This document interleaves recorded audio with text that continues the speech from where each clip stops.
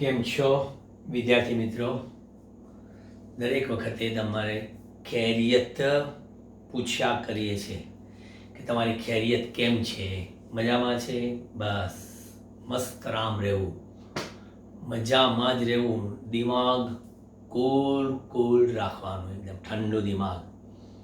ચાલો હવે પ્રકરણ નંબર 3માં આપણે આજે દાખલાની દુનિયામાં એન્ટર થઈએ છીએ. પણ કયા દાખલાની? ઉદાહરણના દાખલાની દુનિયામાં એન્ટર થઈએ છીએ. એમાં ઉદાહરણનો પહેલો દાખલો, જેની મેં આકૃતિ પહેલેથી દોરી રાખી છે, બરાબર. રકમ માટે તમારી પાઠ્યપુસ્તક જે છે એ પાઠ્યપુસ્તક તમારા હાથમાં હોવી જોઈએ. મારા પણ હાથમાં પાઠ્યપુસ્તક છે, બરાબર. રકમ આપણે લખતા નથી. કોઈ ડિસ્ક્રિપ્ટિવ ટાઈપનો દાખલો હશે તો કમ્પ્લીટ આપણે રકમને એક્સપ્લેનેશન સાથે મૂકીશું, એ વસ્તુ જુદી છે. પણ અહીંયા સમજવાનો છે ગણતરીનો દાખલો. એટલે કીધું છે એક કાર સુરેખ રસ્તા પર, બરાબર. એટલે કાર અહીંયા આગળથી સુરેખ રસ્તા પર આ જશે.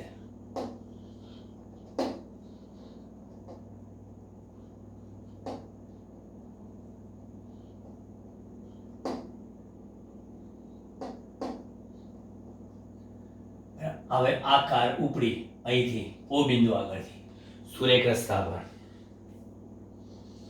હવે એમાં એને કીધું છે કે આ કાર આકૃતિ પ્રમાણે 18 સેકન્ડમાં O થી P જાય છે, બરાબર. એટલે પહેલા આપણે અહીંયા આગળ 18 સેકન્ડમાં કાર O થી P જાય છે.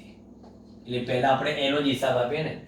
18 સેકન્ડમાં O થી P જાય છે અને 6 સેકન્ડમાં O થી P જાય. 6 સેકન્ડમાં P થી પરત ફરે છે, ક્યાં? Q જાય છે. તો આ બંને કિસ્સામાં કારનો સરેરાશ વેગ અને સરેરાશ ઝડપ શું હશે? એટલે પહેલા તો આપણે કીધું 18 સેકન્ડમાં કાર O થી P જાય છે, માટે કારની પથ લંબાઈ કેટલી થશે? કે O થી P થઈ એટલે સીધી પથ લંબાઈ 360 મીટર, બરાબર. અને બીજા કેસમાં કારનો સ્થાનાંતર કેટલું? કારનું સ્થાનાંતર એટલે એનું અંતિમ સ્થાન કેટલું?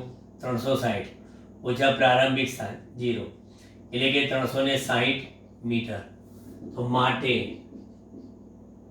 શું લખશો તમે? કારની સરેરાશ ઝડપ બરાબર પથ લંબાઈ ભાગ્યા સમયગાળો. પથ લંબાઈ કેટલી? 360. કેટલી સેકન્ડમાં? 18 સેકન્ડમાં. 18 એટલે સરેરાશ ઝડપ કેટલી? 20 મીટર પ્રતિ સેકન્ડ. અને સરેરાશ વેગ બરાબર તો કે છે સાહેબ સ્થાનાંતર ભાગ્યા સમયગાળો. સ્થાનાંતર એ કેટલું છે? 360 ભાગ્યા સમય. ઓકે, આ જવાબ એ કેટલો આવ્યો? 20 મીટર પ્રતિ સેકન્ડ. એટલે માટે તમે કહેશો કે અત્રે સરેરાશ વેગનું મૂલ્ય બરાબર શું મળ્યું? સરેરાશ ઝડપ.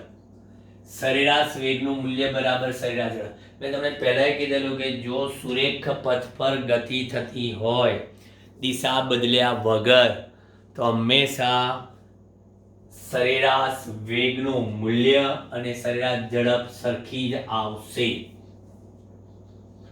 પછી હવે અહીંયા આગળ O થી P ગયો ને, કાર 18 સેકન્ડમાં O થી P જઈ પાછી Q પર 6 સેકન્ડમાં આવે છે. આ એણે જવાબ આપ્યો આ. બરાબર. ટોટલ સમય તમારો 18 અને બીજો 24 થશે. માટે કુલ સમયગાળો કેટલો? 18 + 6 બરાબર 24 સેકન્ડ. કુલ સમયગાળો 24 સેકન્ડ. માટે આ દરમિયાન પથ લંબાઈ કેટલી થાય? તો અહીંથી તો તમે સીધી ગણી લીધી 360 વત્તા ફરી પાછું આપણે અહીંયા ગણતા જઈએ કેટલા કેટલા છે એક એકમાં 40 એટલે અહીંયા 400 440 480 એટલે આપણે તો અહીંયા ગણીએ કેટલા 40 ને 40 80 ને 40 120 ગણીએ એટલે તમારે થશે 480 મીટર કુલ. 360 પછી મેં ગણી નાખી બરાબર. અને સ્થાનાંતર કેટલું થશે? અંતે પહોંચ્યા કેટલા? 240 પર પહોંચ્યા. પ્રારંભ કેટલું? 0. તો 240 મીટર. ચલો સ્થાનાંતર થઈ ગયું 240 મીટર. તો પછી સીધો જ હિસાબ છે. માટે સરેરાશ ઝડપ બરાબર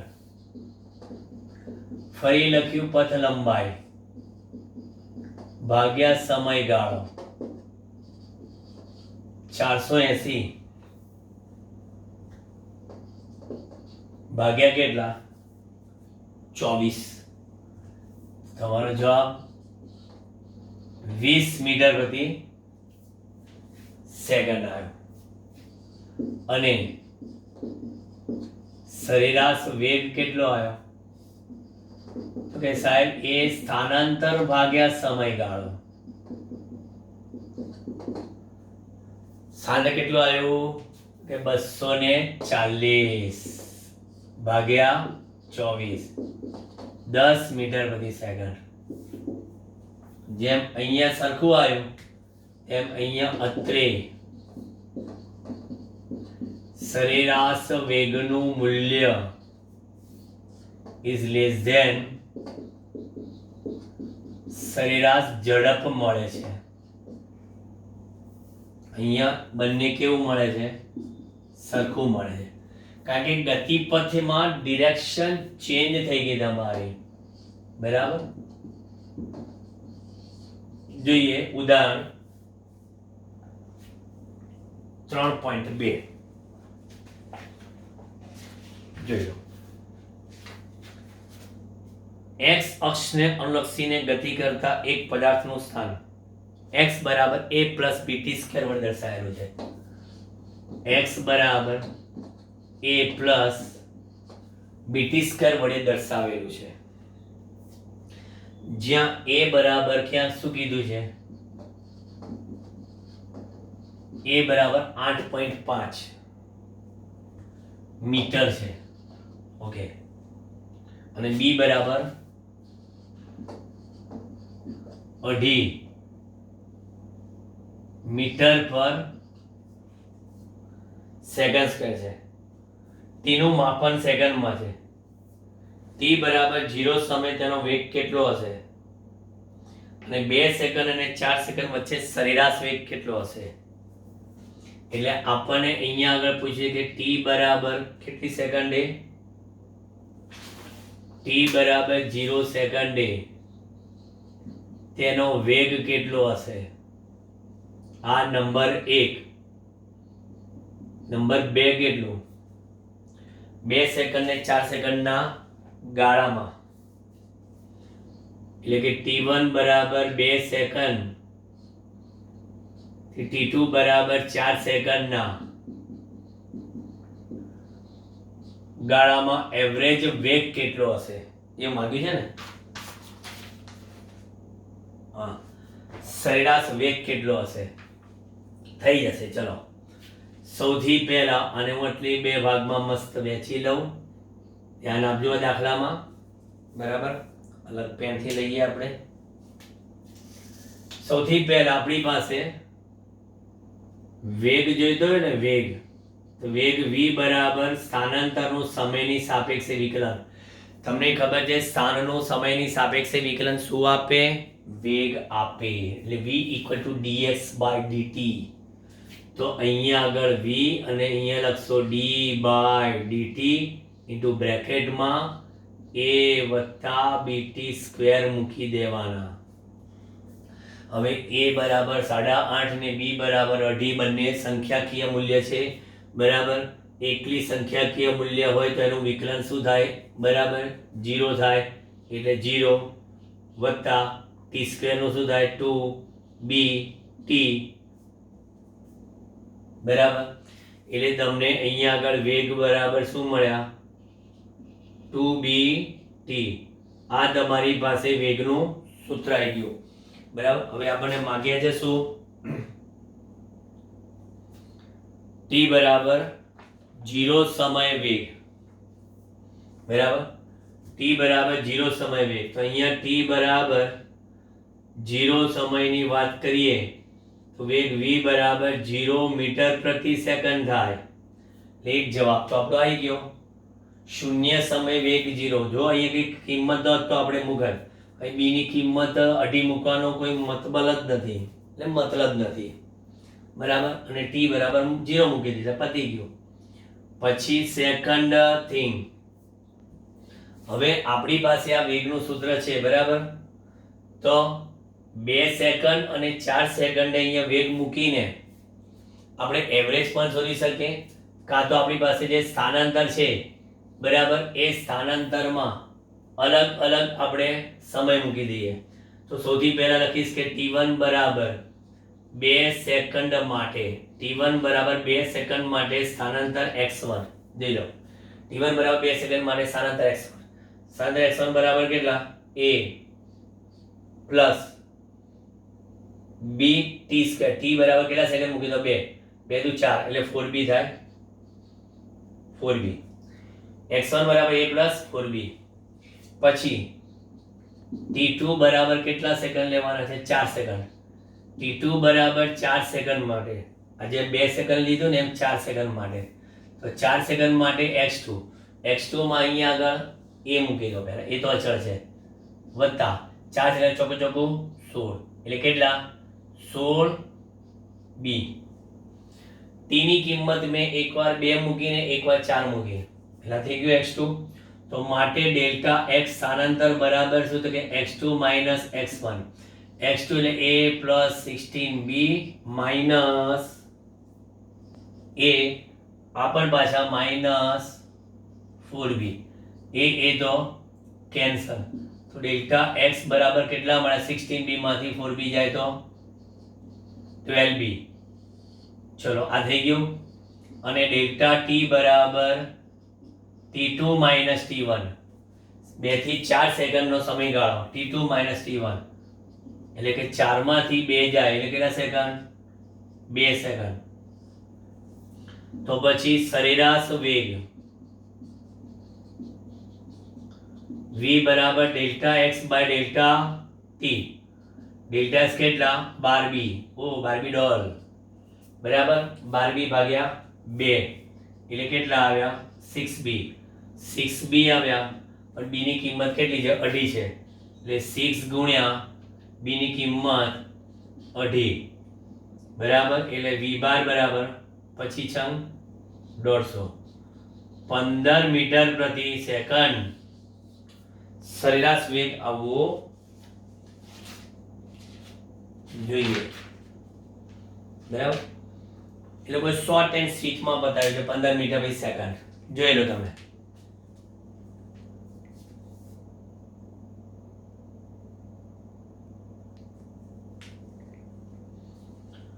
પછી આટલી લાંબી મેથડ ના કરવી હોય અને તમે અહીંથી જવું હોય તો આ રીતે પણ જઈ શકો છો. જો t બરાબર એકવાર 2 સેકન્ડ મૂકો એટલે તમને v1 બરાબર કેટલા મળે? 2 સેકન્ડ મૂકો તો 2 દુ 4 એટલે 4b થાય. અને t1 બરાબર 2 મૂક્યા, t2 બરાબર 4 મૂકો એટલે 4 દુ 8 8b થાય. તો પછી v બાર બરાબર v1 વત્તા v2 ભાગ્યા 2 લખો એટલે 8 ને 4 12 ભાગ્યા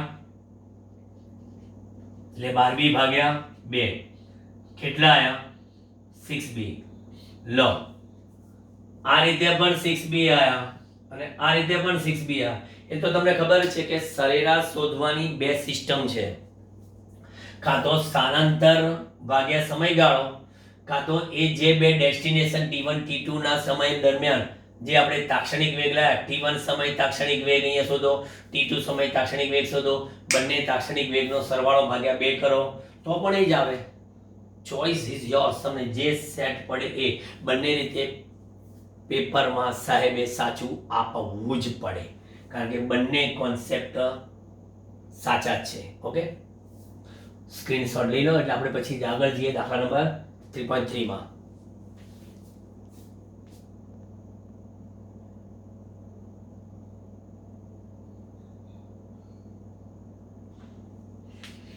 ચલો 3.3 એક્ઝામ્પલ નંબર 3.3 કલનશાસ્ત્રની રીતનો ઉપયોગ કરીને નિયમિત પ્રવેગી ગતિના સમીકરણો મેળવો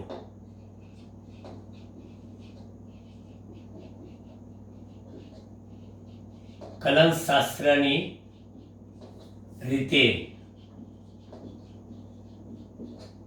નિયમિત પ્રવેગી ગતિના સમીકરણ કલનશાસ્ત્રની રીતે મેળવવાનું છે કેલ્ક્યુલેશન વિકલન અને સંકલન એ એક સિક્કાની બે બાજુ છે મેં પહેલા કીધેલું આનું વિકલન આનું સંકલન એટલે આમાં સંકલનનો ઉપયોગ કરવાનો છે આપણે એટલે સંકલનની રીતે અચળ પ્રવેગી ગતિના સમીકરણો મેળવવાના છે તો હવે આપણને ખબર છે કે નિયમિત એવો અચળ પ્રવેગ એ બરાબર શું તો કે સાહેબ વેગનું સમયની સાપેક્ષે વિકલન વેગના સમયની સાપેક્ષે વિકલનને આપણે અચળ પ્રવેગ કહે છે હવે આ વિકલન થયું હવે આપણે સંકલન ફોર્મ યુઝ કરવું હોય તો dv બરાબર આપણે લખીએ a dt એટલે સૂત્ર કરતા બનાવ્યા કોને dv ને dv બરાબર a dt હવે બંને બાજુ આપણે નિયત સંકલન લેતા નિયત સંકલન એટલે આ સંકલનની આપણી નિશાની ઇન્ટિગ્રેશન ઓફ dv ચલો સંકલન કર્યું આનું પછી એ અચળ છે અને એઝ ઇટ ઇઝ રાખ્યા ઇન્ટિગ્રેશન ઓફ dt હવે સમય આપણો ક્યારે એટલે કે જ્યારે સાહેબ સમય 0 હતો ત્યારે વેગ કેટલો હતો કે સાહેબ v0 જેટલો વેગ હતો અને જ્યારે સમય t જેટલો હતો ત્યારે વેગ કેટલો થયો તો કે v જેટલો એટલે આને કહેવાય નિયત સંકલન ચોક્કસ બે સીમાઓ વચ્ચે તમે સરવાળો કર્યો એટલે સતત તમે જોયું કે વેગની કિંમત સતત બદલાતી જાય છે તો તમામ વેગ માટે v0 થી v ની વચ્ચે એનું સંકલન એટલે કે સરવાળો કરી નાખ્યો તો એ રીતે સમય પણ તમે 0 થી લઈને અપ ટુ t સુધી ગયા તો એનો પણ સંકલન એટલે કે સરવાળો લઈ નાખ્યો હવે અહીંયા આગળ આ v ની 0 ઘાત કહેવાય v ની 0 ઘાત કહેવાય તો સંકલનના હિસાબ પ્રમાણે dv નું સંકલન શું લખાશે તો કે dv નું સંકલન v થાય dv નું સંકલન v થાય અને અહીંયા આગળ ઉપલી સીમા અહીંયા આગળ નીચલી સીમા આ x રેઝ ટુ n નું સંકલન nx રેઝ ટુ n - 1 નહીં એ તો વિકલન થયું x રેઝ ટુ n નું સંકલન x rays two n + 1 / n + 1 એક ઘાત ઉમેરો ને એ જ ઉમેરેલી ઘાત નીચે લખો આ ઘાત પ્રમાણેનું આ સંકલન કર્યું ઘાત જે હતી એક ઉમેરીને એ જ ઉમેરેલી ઘાત નીચે લખી એટલે 0 ઘાત હતી બરાબર v ની તો v ની 0 ઘાત એટલે v ની 0 + 1 / 0 + 1 એટલે v પછી ઇક્વલ ટુ a અહીંયા આગળ dt નું સંકલન પણ કેટલું t ઉપલી સીમા t નીચલી સીમા 0 હવે સંકલનમાં સીમાઓ જ્યારે મૂકવાની હોય ત્યારે અહીંયા વેગની જગ્યા પર પહેલા ઉપલી સીમા લખો v પછી ઓલવેઝ વચ્ચે નિશાની માઇનસ, હંમેશા વચ્ચે માઇનસ, અને પછી નીચલી સીમા કેટલી v0, એટલે આ v માઇનસ v0 લખાઈ ગયું. હવે ઇક્વલ ટુ અહીંયા a લખો, ઉપલી સીમા t માઇનસ નીચલી સીમા 0 લખાઈ ગયું, એટલે કે v માઇનસ v0 બરાબર at થાય, એટલે કે v બરાબર v0 વત્તા at થાય.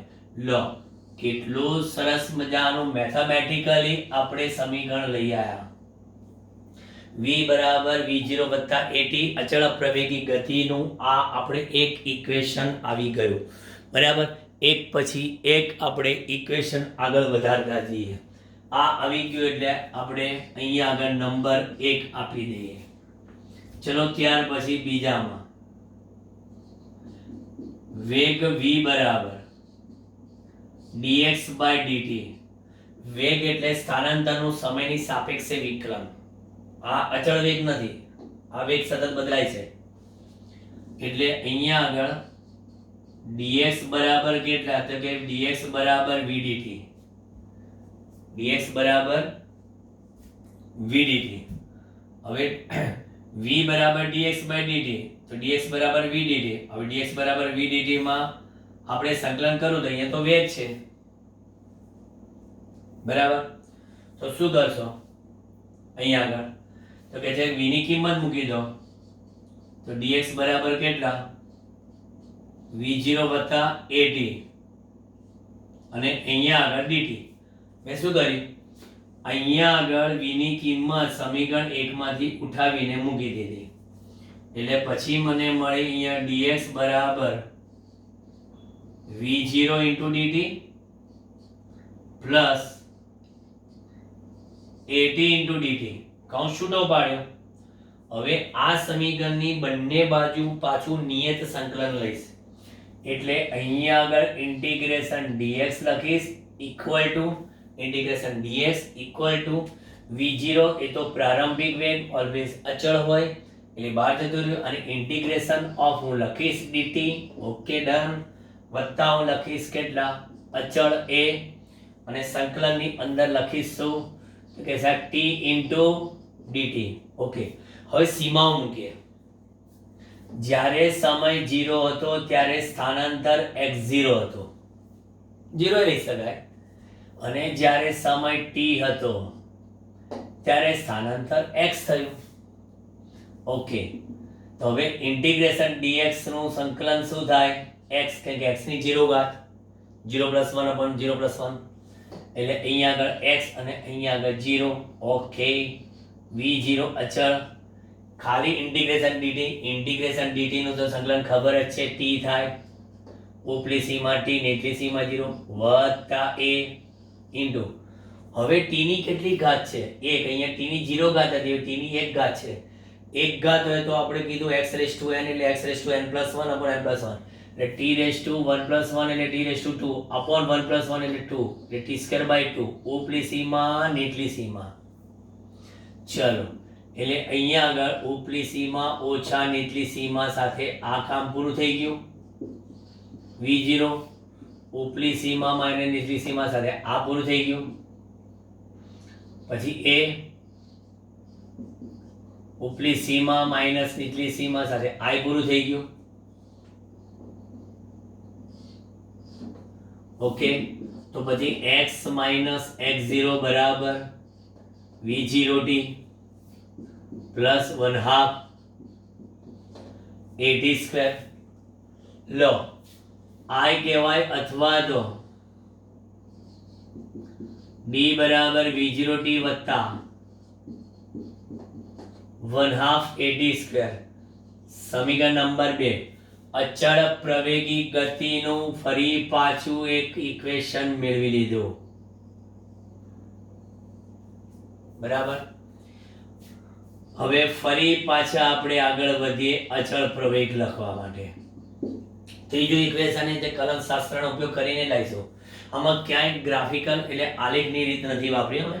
પેલો અચળ પ્રવેગ a બરાબર તમને ખબર છે કે dv/dt. હવે આને આપણે જરા એડજસ્ટ કરીએ. dv/dt તો આગળ લખ્યા હતા એટલે રિપીટ તો નહીં થાય. dv/dt dx into dx by dt. Okay, તમે સાહેબ dx વડે ગુણ્યા અને dx વડે ભાગ્યા, બરાબર. પણ તમને ખબર છે કે આના બરાબર શું લખાય? dx by dt બરાબર 2 લખાય. માટે a into a બરાબર v into dv by dx. કારણ કે dx by dt એટલે તો વેગ છે. તો ફરી પાછા આપણે શું કરીશું? અહીંયા આગળ a into dx બરાબર vdv. ફરી બંને બાજુ નિયત સંકલન અચળ પ્રવેગ બહાર, ઇન્ટિગ્રેશન dx v નું v ની સાપેક્ષે સંકલન, સીમા મૂકી છે. જ્યારે સ્થાન x0 હતું ત્યારે વેગ કેટલો હતો? v0. અને જ્યારે સ્થાન x જેટલું થયું ત્યારે વેગ કેટલો હતો? v. જ્યારે x0 ત્યારે v0, જ્યારે x ત્યારે v. હવે આનું સંકલનમાં ઇન્ટિગ્રેશન dx નું x જ થાય. એ અને અહીંયા આગળ લખાઈ ગયું x જ.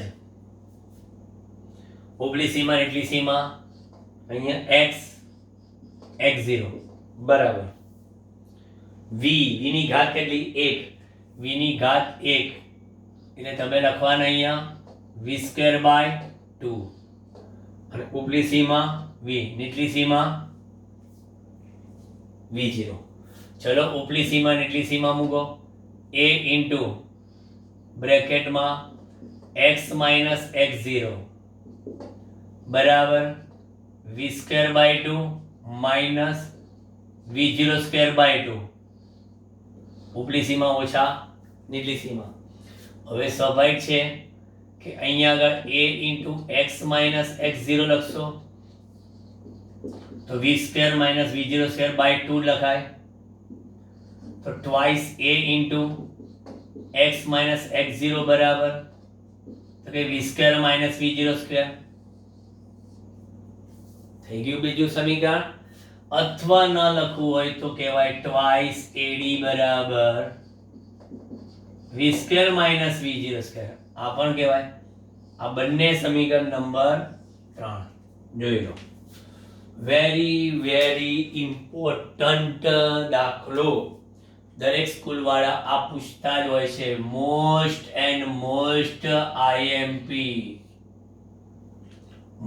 IMP ન્યુમેરિકલ્સ આ દાખલો ખાસ નજર મારી દો. બરાબર. સંકલન અંગે કાંઈ પણ તકલીફ પડે લાઈવ લેક્ચરમાં બે ધડક પૂછી લેજો, કારણ કે સંકલન અને વિકલન બંને આવડવા જરૂરી છે. જોયો.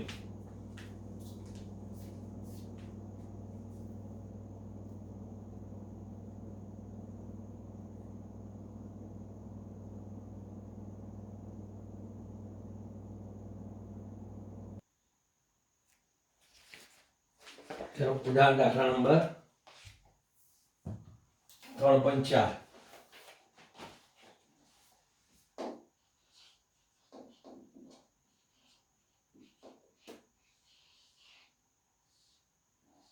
આ પણ એક સારો દાખલો છે. એક ટાવર લીધેલો છે.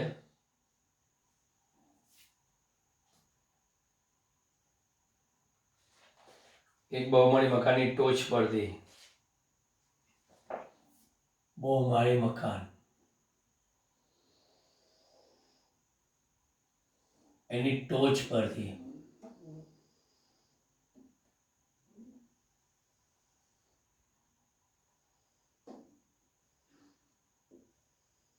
આ મકાન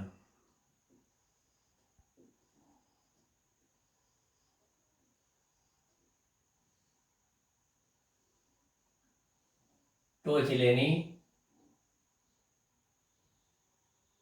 અગાસીમાં પહોંચી ગયા આપણે.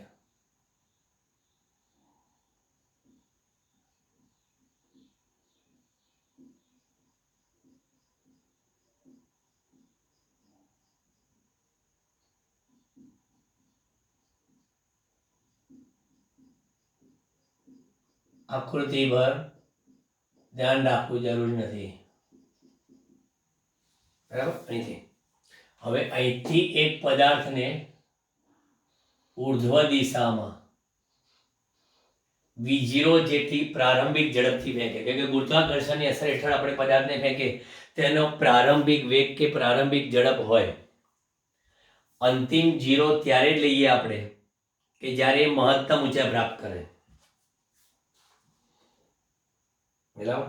હવે એને કીધું છે કે દડો 20 મીટર પ્રતિ સેકન્ડના પ્રારંભિક વેગથી, એટલે v0 બરાબર 20 મીટર પ્રતિ સેકન્ડનો પ્રારંભિક ઝડપથી ફેંકો.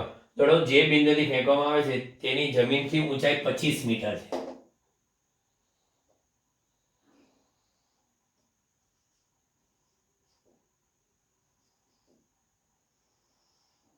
એટલે આ જમીનથી આની ઊંચાઈ આ 25 મીટર છે. દડો કેટલી ઊંચાઈએ પહોંચશે, બરાબર? એટલે એની મહત્તમ ઊંચાઈ આપણે જોઈ છે આ. સપોઝ અહીં પહોંચી ગયો તો એ જ્યારે મહત્તમ ઊંચાઈ પહોંચે ત્યારે એનો અંતિમ વેગ કેવો થઈ જાય? 0 થઈ જાય. અને એ ઊંચાઈ આપણે શોધવાની છે h equal to question mark. બરાબર. દડો કેટલી ઊંચાઈ પહોંચશે? અધો દિશામાં આપણે ગુરુત્વ પ્રવેગ લેવાનો છે, a બરાબર -g.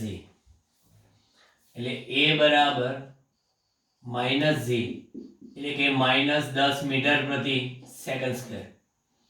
જ્યારે મહત્તમ ઊંચાઈ પ્રાપ્ત કરે છે ત્યારે v બરાબર 0, ત્યારે h equal to question mark. તો આ પહેલો જવાબ તો હમણાં મળી ગયો આપણો કે v² - v0² બરાબર ટ્વાઇસ AD પરથી, ટ્વાઇસ AD પરથી v² - v0² બરાબર ટ્વાઇસ AD પરથી આ કેટલા? 0 - v0² ટ્વાઇસ a કેટલા? -g, d કેટલા? મહત્તમ ઊંચાઈ એટલે h, એટલે મેં કિંમત મૂકી. તો પછી -v0² બરાબર કેટલા? -g. બરાબર. તો અહીંયા આગળ આપણે શું કીધું છે? સૌથી પહેલો દડો જે બિંદુએથી ફેંક્યો છે, દડો જે બિંદુએથી ફેંકવામાં આવેલ છે તે બિંદુથી દડાએ પ્રાપ્ત કરેલ મહત્તમ ઊંચાઈ કેટલી થશે? h બરાબર v0² by 2g. v0² by 2g કિંમત મૂકી દો. v0 કેટલા છે? 20, 20 નો સ્ક્વેર 400, 400 ભાગ્યા 20. દડાએ પ્રાપ્ત કરેલી ઊંચાઈ કેટલી આવી? 20 મીટર. દડાએ 20 મીટર ઊંચાઈ પ્રાપ્ત કરી લીધી. બરાબર. હવે 20 મીટર ઊંચાઈ પ્રાપ્ત કરી તો માટે એમ કહી છે કે માટે જમીનથી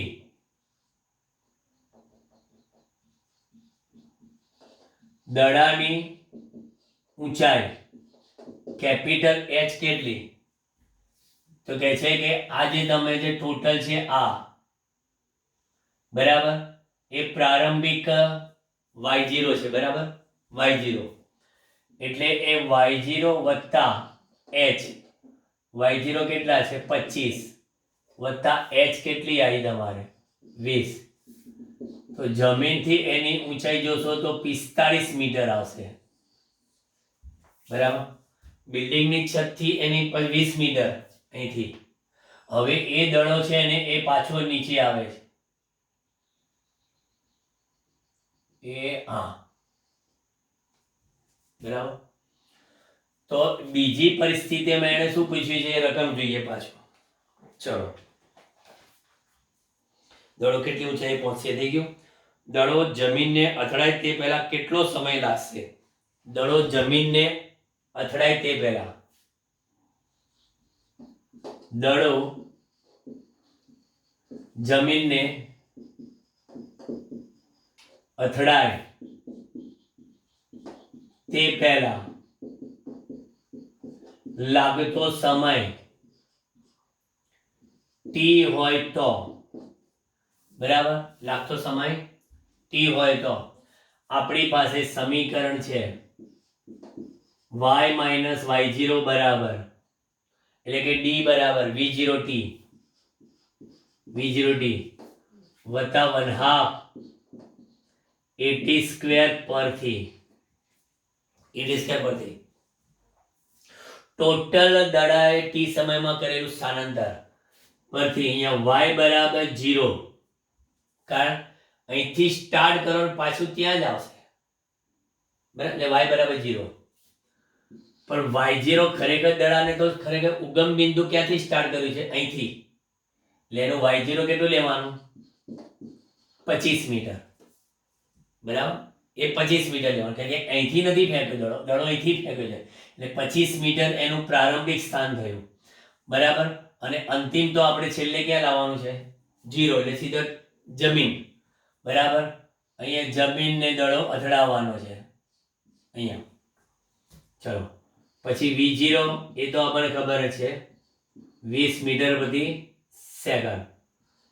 a બરાબર -g બરાબર -10 મીટર પ્રતિ સેકન્ડ સ્ક્વેર. ચલો, તમામ કિંમતો મૂકાઈ જશે. તો માટે y બરાબર y0 plus v0t minus 1/2 gt square, 0 બરાબર 25 વત્તા 20t માઇનસ 1/2 10t સ્ક્વેર, એટલે કે 0 બરાબર 25 વત્તા 20t માઇનસ 5t સ્ક્વેર, એટલે તમે અહીંયા આગળ 5t સ્ક્વેર પ્લસ લઈએ માઇનસ 20t માઇનસ 25 બરાબર 0, 5 વડે ભાગીએ t square minus 4t minus 5 બરાબર 0. ઓકે, સિમ્પલ અવયવ પડ્યા 5 એકુને 5, એટલે શું આવશે? બોલો, પ્લસ માઇનસ બતાવો. 5 એકુને 5 ને 5 માંથી 1 જાય તો 4, પણ -4 લાવવાના છે, એટલે આ કેટલા થશે? બરાબર, +5 -1 -5 અને +5 માઇનસ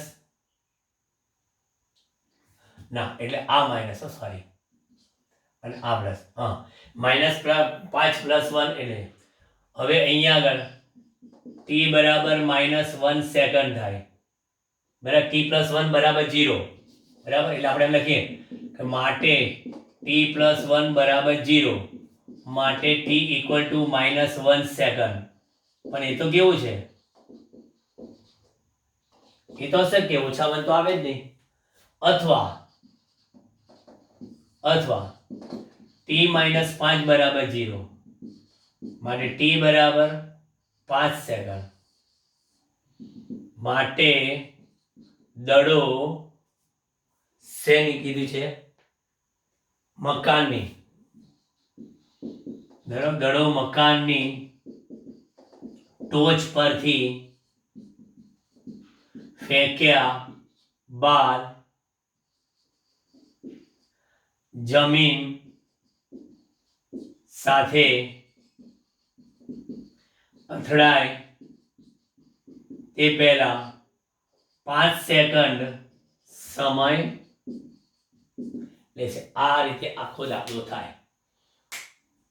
મોસ્ટ આઈએમપી દાખલો, આપણે 3 માર્ક્સનો ઇમ્પોર્ટન્ટ દાખલો, બરાબર સમજજો. આ રીતે બિલ્ડિંગ કે જેની હાઈટ આપણે 25 મીટર આપી, અહીંથી તમે ફેંક્યો છે એક દડાને, બરાબર, એની સ્પીડ આપી દીધી, એને અહીંથી એને કેટલી ઊંચાઈ પ્રાપ્ત કરી, જમીનથી કેટલી પ્રાપ્ત કરી, બંને મેં તમને આપી દીધી.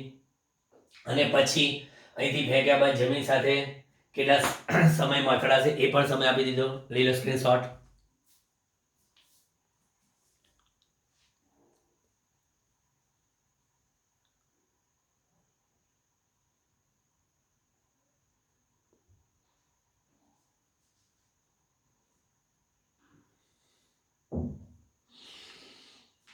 ઓકે, હવે આટલા ઉદાહરણ દાખલા આજે રાખીએ, બરાબર. કારણ કે ન્યુમેરિકલ્સ હોય ને એટલે કન્ટિન્યુઅસ તમારે કલાકનું લેક્ચર્સ છે મને થોડું હેવી પડી જાય. એટલે હવે નેક્સ્ટ સેશનમાં તમને હવે આપણે શું જઈશું, ઉદાહરણના બાકીના દાખલા કે જેમાં થોડા ઘણા ડિસ્ક્રિપ્ટિવ ટાઈપ છે. એટલે કુલ ઉદાહરણના દાખલા મારા ખ્યાલથી કેટલા છે, બરાબર. એમાં જો તમને કહી દઉં કે આના પછી ઉદાહરણનો 5મો દાખલો છે મુક્ત પતનની થિયરી છે. એ દાખલો કહેવાય નહીં, આપણે મુક્ત પતનની થિયરીમાં સમજાવ્યું છે, બરાબર. છઠ્ઠો દાખલો ગેલિલીનો એકી અંકનો નિયમ છે, એ પણ એક સમજૂતી જેવો છે, એ પણ પરીક્ષાલક્ષી દાખલો નથી. પછી એક 7મો સ્ટોપિંગ ડિસ્ટન્સ, એ પણ સ્ટોપિંગ ડિસ્ટન્સનું પણ મેં તમને થિયરીમાં સમજાવી દીધું છે કે સ્ટોપિંગ ડિસ્ટન્સ કોને કહેવાય. એટલે એ પણ દાખલા જેવો ને તમે ટૂંકમાં તમે જોશો ને 5, 6, 7 તો એમને એમ જતા રહે એમ કહે તો ચાલે. પછી 8મો પ્રતિક્રિયા સમય, તો પ્રતિક્રિયા સમયનો એક દાખલો છે, એ નાનકડો છે, એ ગણાવીશું આપણે, બરાબર. અને પછી 8 પછી 9મો એક સારો દાખલો છે સાપેક્ષ વેગનો. એટલે આમ આપણા ઉદાહરણ દાખલા નેક્સ્ટ લેક્ચરમાં પૂરા થઈ જશે. પૂરા તો થઈ જશે, કદાચ ટાઈમ હશે તો આપણે સ્વાધ્યાય દાખલા પણ સ્ટાર્ટ કરી દઈશું. ઓકે, મળીએ, બાય બાય.